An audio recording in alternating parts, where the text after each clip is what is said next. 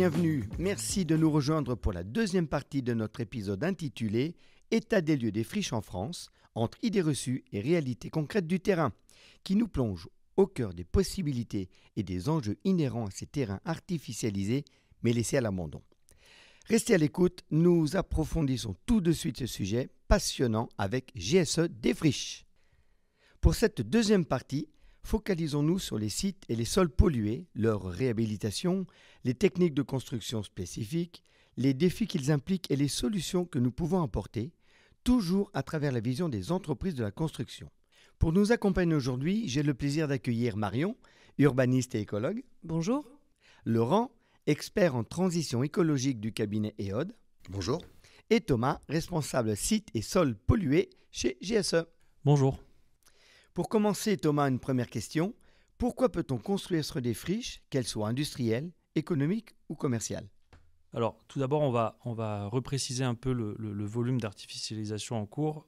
Chaque année, nous consommons 24 000 hectares de foncier. Ces 24 000 hectares sont séquencés sur 3 niveaux. 63% de tout ceci est lié au logement. On a 23% pour les activités économiques et 1% pour les infrastructures. Tout ça, 24 000 hectares, ce n'est pas sans conséquences. C'est vraiment assez fort sur l'environnement.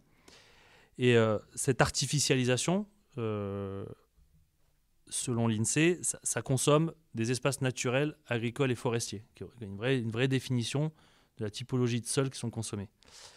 Et cette artificialisation est vraiment préjudiciable pour la biodiversité et l'environnement général. Merci Thomas pour ce contexte. Pourriez-vous nous parler un peu plus dans le détail des conséquences de l'artificialisation des sols dont vous faites allusion ? Alors, l'artificialisation des sols naturels, on va pas reparler des friches pour l'instant, ça modifie profondément les écosystèmes et ça a un impact sur les sols. On a une première conséquence de l'artificialisation qui est la perte de biodiversité. Un sol fonctionnel, vivant, vous l'artificialisez, il perd toute fonctionnalité. Ensuite, on a le rôle du sol en termes de captation du carbone. Donc on a vraiment un déplacement de l'échelle. Ensuite, quand on artificialise, on a le risque de l'inondation. Il faut quand même noter que cet hiver, on a eu les premiers déplacés climatiques suite à 3 inondations successives. Et puis, il y a la pollution des nappes et des sols liés à cette artificialisation-là, puisqu'on a une sorte de forme anthropique et de pollution qui arrive sur ces sols-là. Et puis après, on a la perte du potentiel agronomique. Un sol agricole qui nourrit, entre guillemets, aujourd'hui ne pourra plus l'être une fois qu'il sera artificialisé. Donc en fait, l'étalement urbain a vraiment des conséquences, pas uniquement sur l'environnement, mais ça a aussi un impact sur les impacts sociaux et des conséquences sur la qualité de la vie. Parce que plus on s'étale, plus on est à distance du centre-ville, plus on s'éloigne, plus on a besoin de voitures, plus on a besoin d'infrastructures. Et tout ceci crée une espèce de fracture entre le vivre ensemble et le territoire, quoi. Alors, une loi, la loi climat et résilience, a été promue récemment pour éviter l'artificialisation des sols et notamment toutes ces conséquences néfastes que vous avez citées. Thomas, Marion, pourriez-vous nous expliquer en quoi consiste cette loi ? Alors effectivement, cette loi, elle introduit le concept du ZAN, zéro artificialisation nette. Elle le pose à l'horizon 2050.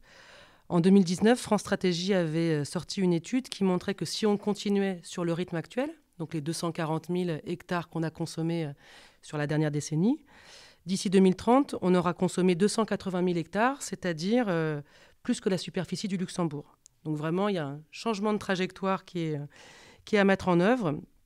Et donc cet objectif de zéro artificialisation nette avec des paliers, des objectifs successifs. Marion, pourriez-vous préciser ces objectifs ? Il ne s'agit pas d'empêcher du jour au lendemain les nouvelles constructions, mais bien de planifier la fin progressive de l'étalement urbain. Donc la loi, elle prévoit 2 grandes étapes. Il y a une première étape de 2021 à 2031 qui est de diviser par 2 le rythme d'artificialisation. C'est-à-dire que sur la décennie précédente, entre 2011 et 2021, on avait urbanisé, consommé 240 000 hectares de terres agricoles, naturelles et forestières. Et la loi vise donc une consommation réduite à 120 000 hectares maximum entre 2021 et 2031. Donc effectivement, avec des arbitrages au sein de chaque territoire par rapport à ce qu'il aura consommé dans la décennie précédente. Puis après, il y aura de nouveaux objectifs de réduction pour la seconde période 2031-2041 et une dernière tranche d'objectifs pour arriver au fameux zéro artificialisation nette en 2050. Beaucoup d'ambitions donc portées par le ZAN, mais le ZAN dans sa globalité est-il suffisant pour accélérer la mutation du foncier? Laurent, l'une des solutions pour répondre à cette loi, c'est de construire sur des friches, n'est-ce pas? Comment s'y prend-on? Construire sur des friches, c'est un levier, mais je crois que le premier levier ou verrou à lever, c'est bien la volonté politique. C'est-à-dire que, on l'a vu avec la déclaration de politique générale de notre Premier ministre, qui fait un signal aux élus de terrain qui ont été très inquiets par cette loi climat et résilience. Ça a donné lieu à une évolution de la loi en juillet 2023, notamment avec la garantie d'1 hectare pour chaque commune. Et donc tout l'enjeu, ça va être de faciliter la mise en œuvre de la loi, de faire beaucoup de pédagogie pour que les élus ne la repoussent pas sur le principe. Ça, c'est fondamental, parce que si on n'a pas de volonté politique sur les territoires, on n'aura pas de portage politique sur les projets. Et le portage politique, il est essentiel pour la réussite d'un projet. Donc ça, le premier enjeu, ça va être de compléter le bouquet des règles du jeu pour faire comprendre à tous les acteurs de la chaîne du ZAN, c'est-à-dire les planificateurs, les urbanistes, les bureaux d'études, les architectes et les entreprises de travaux, les maîtres d'ouvrage de manière générale, que les règles nous permettent de planifier, d'anticiper cette contrainte pour la mettre en œuvre. C'est vraiment le premier objectif qui est essentiel. Donc il y a un gros travail qui doit s'engager aujourd'hui pour expliquer clairement quelles sont les règles de comptabilisation dans les projets, quel va être l'impact des projets sur le bilan du ZAN. Aujourd'hui, les premiers décrets qu'on a, les premières règles qu'on a, c'est pour la comptabilisation des bilans, pas des projets. Donc nous, en tant que concepteurs, c'est essentiel. Quand un élu nous dit « je voudrais reconvertir cette friche », il va nous dire quel va être l'impact sur mon bilan ZAN. Les règles restent à définir aujourd'hui. Les deuxièmes règles qu'il va falloir définir, c'est l'autre levier du ZAN, c'est la renaturation. La renaturation aujourd'hui, elle est confondue avec, par exemple, la notion de compensation. Je m'explique. La compensation, c'est un principe qui vise à compenser une atteinte. On parle de compensation carbone, de compensation biodiversité et de compensation artificialisation. Donc finalement, il y a 3 notions de compensation. La renaturation, c'est une opération, c'est un projet qui nécessite de la conception de l'ingénierie et des travaux. Donc quand on renature, on peut renaturer pour désartificialiser par rapport à la loi climat-résilience, on peut renaturer pour compenser une perte nette de biodiversité, et on peut renaturer pour faire un puits de carbone.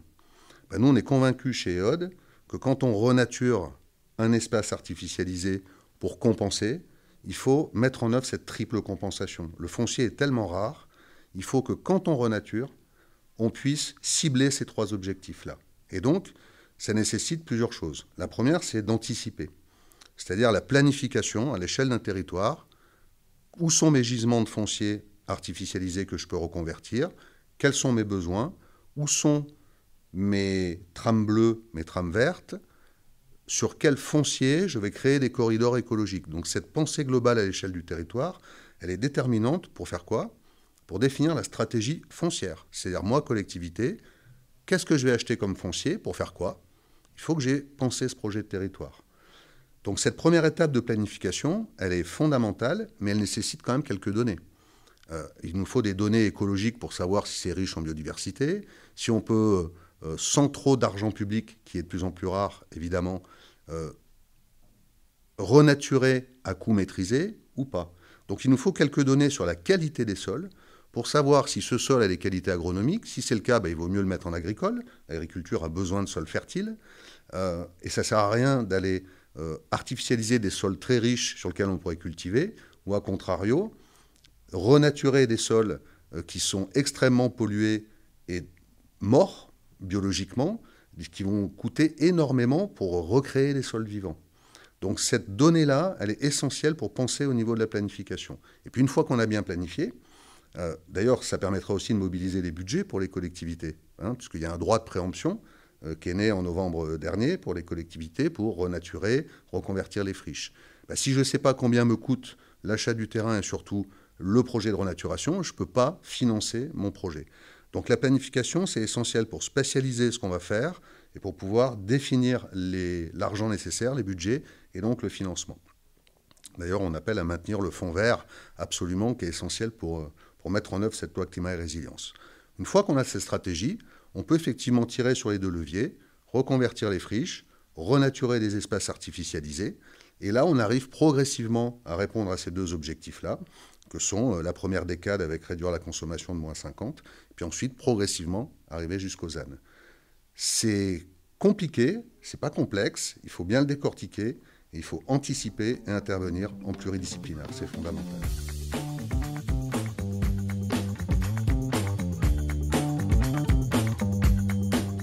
GSE des friches. État des lieux des friches en France, entre idées reçues et réalités concrètes du terrain.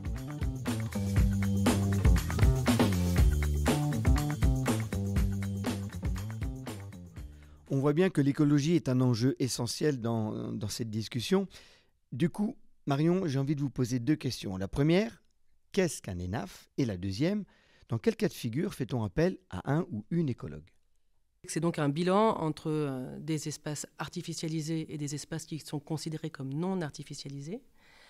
Jusqu'en 2031, il y a une définition qui est un peu sommaire.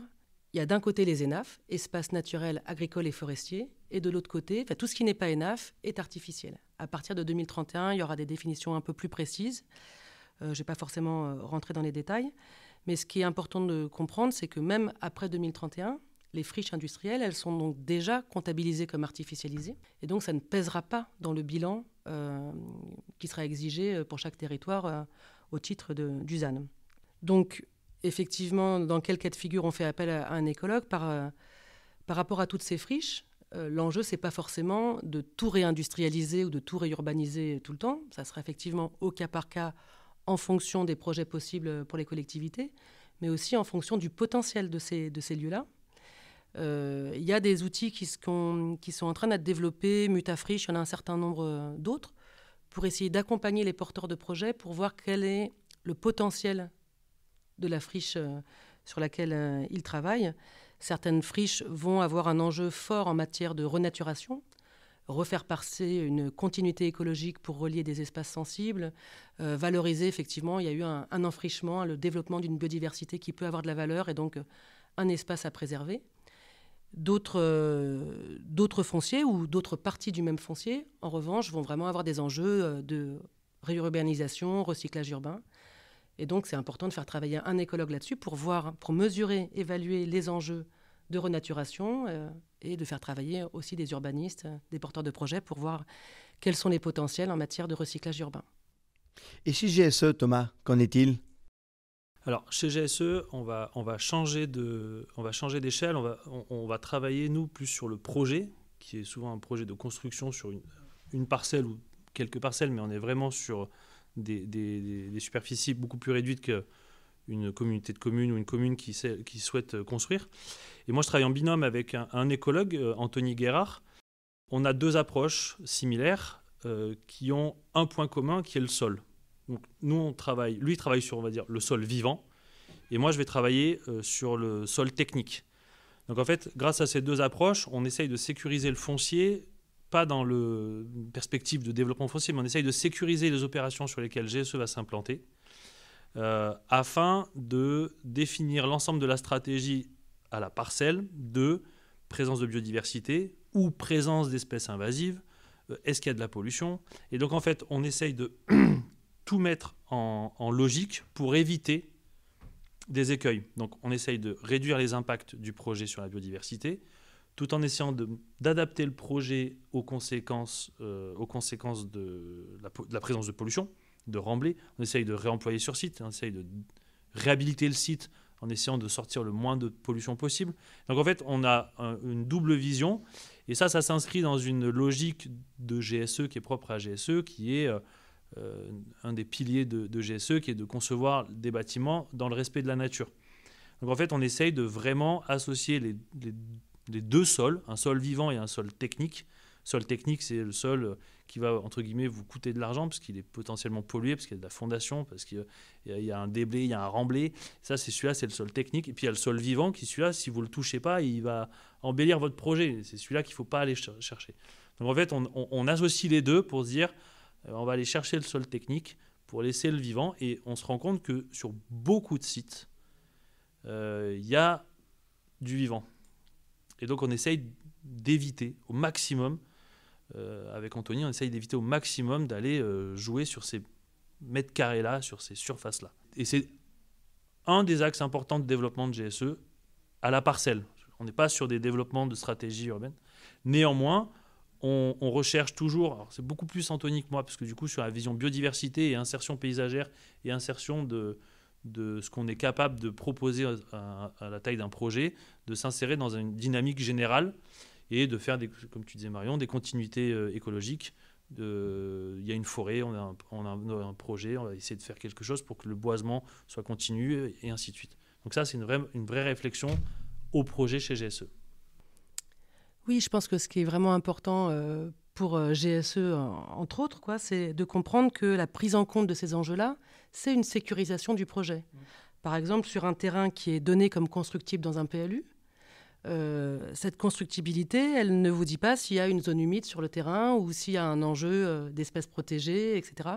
C'est au porteur de projet qu'il appartient de savoir s'il y a ou pas une zone humide. Et il peut y avoir même des zones humides résurgentes, parce qu'on a trop bétonné autour et de paf, sur ce terrain, il y a une zone humide qui n'était pas repérée et qui est présente. Et tout ça, si ce n'est pas pris en compte en amont, c'est quelque chose qui va se déclarer au moment du permis de construire et qui va facilement rallonger les délais de 9 mois d'études. Donc voilà, autant les prendre en compte en bonne intelligence, le plus en amont possible, quoi. Merci Marion, merci Thomas. Alors, une fois que nous avons analysé le sol, donné les préconisations pour éventuellement dépolluer et gérer les espaces naturels, on arrive à l'étape de la construction. Laurent, dans le cadre de la réhabilitation d'une friche, en quoi consistent les opérations de construction ?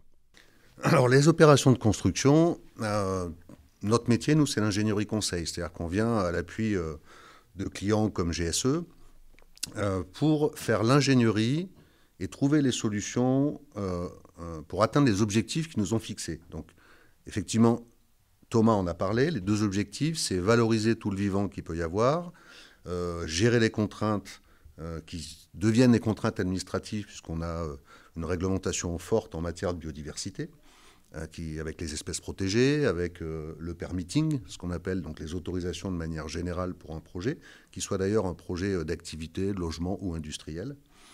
Et puis la question de la pollution des sols. Et la pollution, je dirais, du bâti, si on intègre l'amiante, le plomb et le reste. Donc nous, on a une approche qui est extrêmement transversale, c'est-à-dire qu'on intervient à la fois avec des ingénieurs en dépollution des sols et des écologues, mais aussi avec des hydrologues, des géologues s'il le faut, quand on a des contraintes particulières. Et l'idée, ça va être de trouver, à la fois dans la phase de diagnostic, le meilleur compromis entre ce qu'on appelle la densité d'investigation, c'est-à-dire combien de jours on vient passer pour inventorier ou combien de sondages on fait dans les sols, puisqu'on est souvent en amont de la décision du go-no-go, de y aller ou pas. Donc on est à risque, comme on dit à ce moment-là. On ne sait pas encore si le projet va générer des recettes. Donc il faut bien utiliser les oraux qu'on a pour se faire l'image la plus fidèle possible de l'état environnemental. Donc niveau de pollution des sols, niveau de biodiversité. L'idée, c'est effectivement de distinguer où sont les sols vivants, ceux qui peuvent facilement être refonctionnalisés en sols vivants, qui ne sont pas trop pollués, puis ceux qu'il va falloir éliminer. Donc nous, on a développé depuis 4-5 ans une grosse ingénierie sur la partie sol vivant avec la refonctionnalisation. On a plein d'exemples en cours sur des hectares avec des milliers de mètres cubes où on va prendre ces sols morts pour pouvoir les amender au niveau agronomique, travailler avec des biologistes du sol, qu'on a aujourd'hui chez EOD, et qui nous permettent de trouver les bonnes formulations, les bonnes mises en œuvre à l'échelle industrielle. Parce que quand on refonctionnalise dans un labo avec quelques kilos, c'est assez facile. Quand il faut en faire 60 000 mètres cubes sur un projet, c'est pas pareil. Donc l'ingénierie est là pour massifier, on va dire, et trouver des méthodes opérationnelles qui permettent de s'attaquer à des grands projets. On a un enjeu de vitesse, on a un enjeu de temps. Marion en parlait, c'est-à-dire que toute surprise en cours de projet génère un décalage de planning, mais génère aussi des coûts. Aujourd'hui, vous pouvez retenir un chiffre en matière de compensation à la biodiversité, c'est 50 000 € l'hectare. Donc si vous portez atteinte à des espèces ou des habitats, vous avez, en fonction des règles et ce que vous avez comme espèces et habitats, un multiple de compensation à appliquer. Donc 10 hectares impactés vont peut-être générer 30 hectares de compensation.